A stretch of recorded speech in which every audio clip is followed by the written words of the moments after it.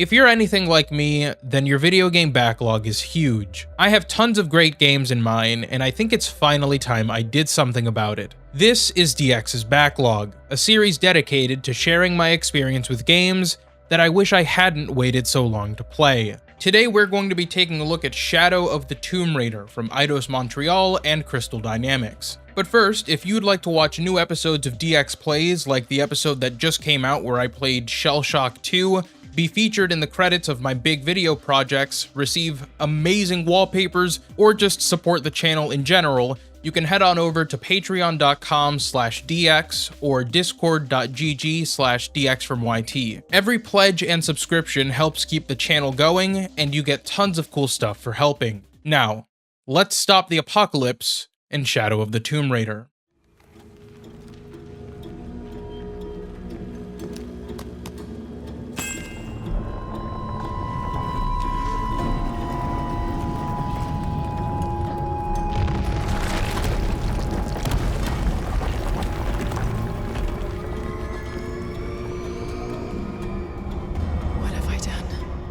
I bought Shadow of the Tomb Raider back in 2018 when it released, and though I had fun with what I played, I just never finished it. Multiplayer games like Rainbow Six Siege took up the bulk of my time back then, and since I knew that Shadow was going to be getting a ton of DLC, it sort of deprioritized the game for me. Usually for games I cover in this series, I wish I had played and finished them earlier, but I'm actually really happy I waited until now to restart Shadow and play it through with its post-launch DLC and performance enhancements. I don't know how popular an opinion this is, but I think Shadow of the Tomb Raider is the best game in the Tomb Raider Survivor Trilogy. It's also one of the best in the whole franchise. It's the first and only game which I've 100%ed, which is not something I thought I'd ever do. Now that I've had time to think about why I like Shadow so much, it comes down to two things. The first is the most obvious. It's just a competently made game that's really fun. The second reason harkens back to the classic Tomb Raider games by Core Design. Of the games in the Survivor Trilogy, Shadow feels the most like the original Tomb Raider games. Tomb Raider, to me, is about an archaeologist exploring ancient and forgotten places. While you do get to do that in both 2013 and Rise,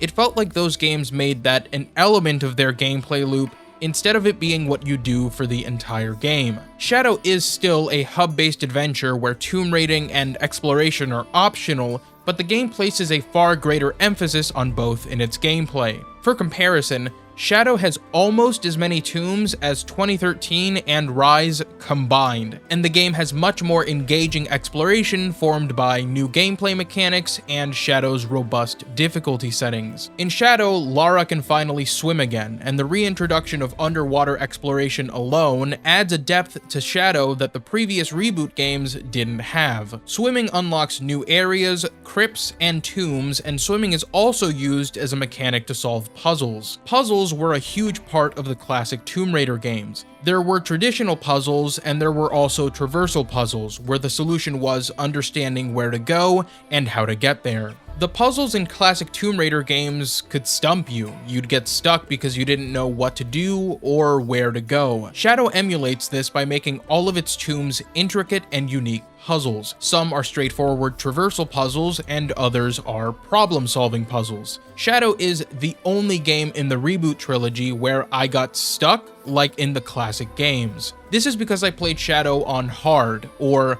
one with the jungle difficulty. Shadow is also the only game in the reboot trilogy to offer difficulty settings that remove the hand-holding nuisances of Crystal's previous entries. On top of that, its difficulty settings are modular, so if you want one aspect of the game to be easier or harder than another, you can tweak it to your liking. I set everything to hard because it got rid of things like white ledges, Lara's tips, and most importantly, survival instinct, which just tells you what to do. This decision greatly enhanced my experience and made Shadow feel more aligned with Core's original games. For the first time in this trilogy, I was challenged by a Tomb Raider game again. It was refreshing and gave me exactly what I wanted from the franchise. With that said, Shadow is still an exceptional game on its own merit, with the gameplay it inherited and refines from 2013 and Rise. This is called the Survivor Trilogy for a reason. The survivalist elements of the reboots are alive and well in Shadow, now bolstered by larger hubs with more opportunities to hunt, gather materials, learn new languages, and craft weapon upgrades and outfits. One of the big reasons I ended up going for 100% completion in this game is because of how much I loved all of the rewards I got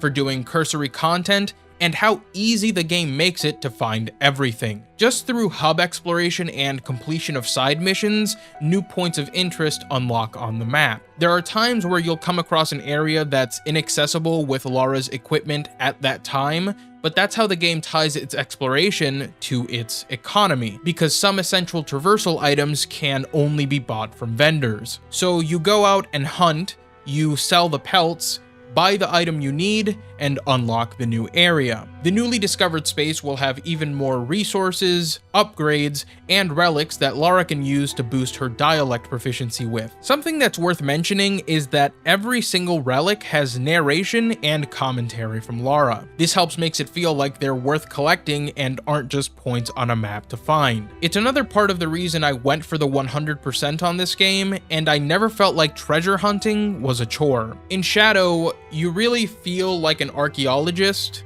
of course, a fictional one that can also easily kill hundreds of bad guys. Or in Shadow, maybe just dozens of bad guys. The combat of Shadow seems to be a lot of people's main contention with its gameplay, and it's one that I don't share, but I definitely understand. All of the games in this trilogy use goal-oriented action planning, or GOAP for their AI. This is the same system made famous by Fear, where AI executes plans based on goals, making them feel much more tactical and human-like. In Rise, GOAP was used to brilliant effect. Rise's combat arenas were thrilling, and enemy encounters were very aggressive and made use of all the game's combat mechanics. In Shadow, the importance of combat has been significantly dialed back. There are still combat sections, but they're few and far between, replaced partly by stealth sections, but also gutted in favor of Shadow's emphasis on exploration. I'm not too heartbroken about this, because if I had to choose between a focus on combat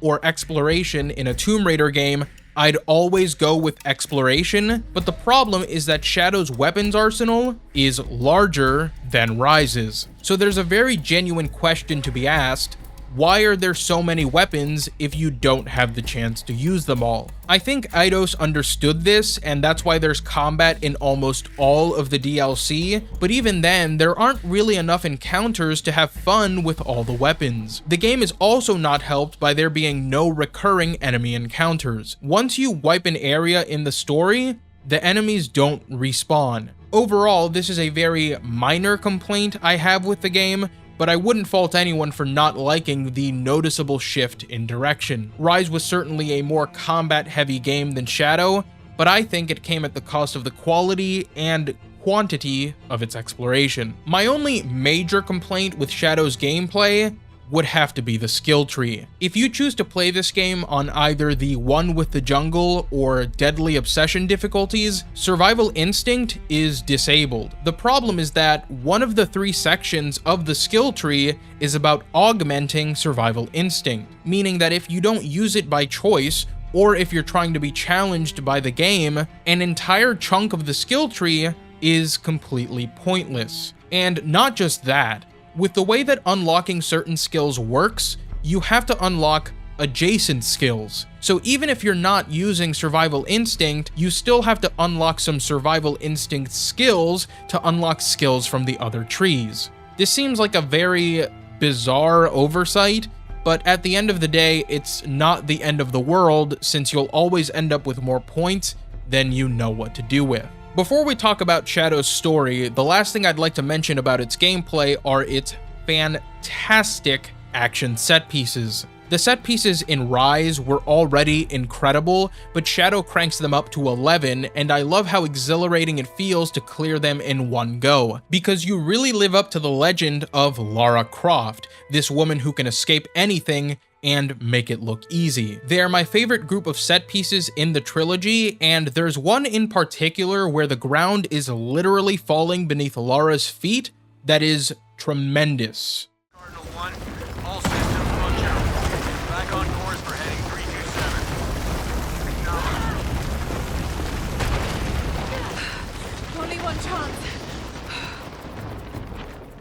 The word favorite applies to many other aspects of this game for me in the context of the trilogy. You won't be shocked to find out that Shadow also has my favorite story of the Survivor Trilogy. One of the things we were promised with these reboots was a more grounded look at Lara Croft. By bringing her closer to our world, we'd see her in a different light. Tomb Raider 2013 tried to humanize and ground Lara by subjecting her to copious amounts of physical punishment, but I think the character moments and conflicts in Shadow do a much better job of that. Had a dream about my mother recently. Yeah? It was so vivid.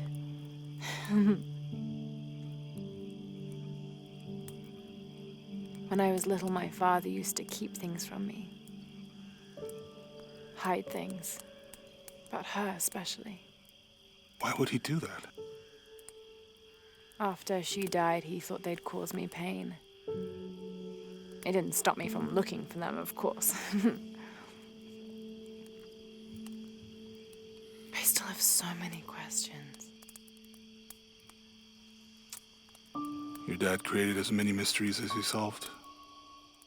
From what I've read, the narrative of the reboot trilogy focusing so much on Lara's father was a mandate from either Square Enix or someone else who held enough power during development to influence the story. Shadow does the absolute best it can under that restraint and manages to transform it into a storytelling strength. Playing as young Lara is one of the best parts of the game and gives you insight into how she's impacted by the death of her father later in life and why she pursues Trinity so obsessively. If you believed somebody killed your father, you'd probably chase them until the ends of the earth. This obsession, however, clouds her judgment, and I love that the game begins with a Lara and a Jonah who are at odds with each other because Lara has become increasingly reckless. It never occurred to me that you would just take the apocalypse, the death of the sun. You're lying. Lara, you felt it when you took the key. Tremors are common. A tsunami is coming, and this is the first of many catastrophes you're doing! You would have done the same! Yeah. By taking the key, you set the apocalypse in motion. Do you realize the tragedy you have unleashed? Despite being 5 years old, Shadow's cinematics technology captures and immortalizes amazing performances from both Camilla Luddington and Earl Balon. I failed. Worse. What do you mean?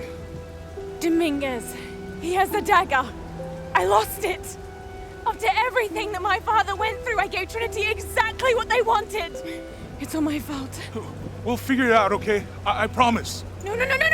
We have to get to the hidden city before Trinity. We have to find the silver box. Okay, but first, we're gonna help these people get to safety, and then we'll go after the box. No one is safe! Not if he gets the box first! I have to go! I'm the only one! You're the only one that can what? You don't know that you caused all this, Lara! Not everything is about you! These people need us here. We can do good now! It's these character moments that set up an arc for her where she can begin to rely on others and come to terms with the loss of her father. Now, I do think it's fair to criticize this entire trilogy from straying too far from the established characterization of Lara Croft in both Core's first 6 games and even Crystal's first trilogy, but by the end of Shadow, I still loved the Lara that emerged. I'm not sure how the differences between classic, LAU, and reboot Lara will be reconciled in Crystal's upcoming unification, but I'm interested to see what they come up with because I love all versions of the character. The final things I'd like to talk about in regards to Shadow are the look and performance of the game. I mentioned that Shadow is 5 years old because it doesn't really look 5 years old. Shadow has a vibrant, photorealistic aesthetic that remains consistent through all of its environments. For as much credit as I've given to design choices made by Eidos that went towards enhancing the game's exploration, its visuals are just as responsible for immersing the player in the world. There isn't a single element of Shadow's visuals that doesn't reflect a respective real-life quality of the material it's emulating.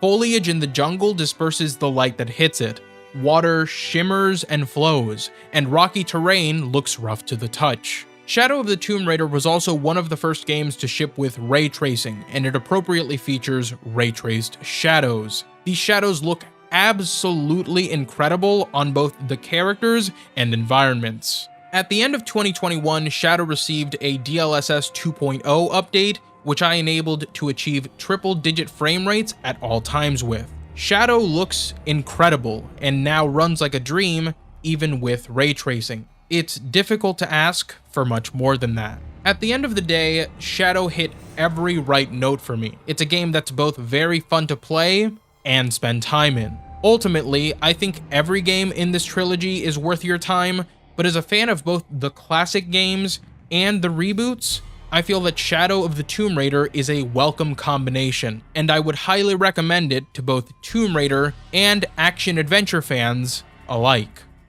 Remember, if you have a backlog, don't hesitate to get started on it. I know it can be easy to keep playing the one game you're always playing, or to go from new release to new release, but the experience you're looking for, or didn't even know you wanted, may be buried in the games you haven't gotten to yet. Games give us perspective, and every game I play teaches me something and slightly changes the way I view everything else. Just start with one game, and in no time you'll have gone to countless faraway lands and had invaluable fun along the way.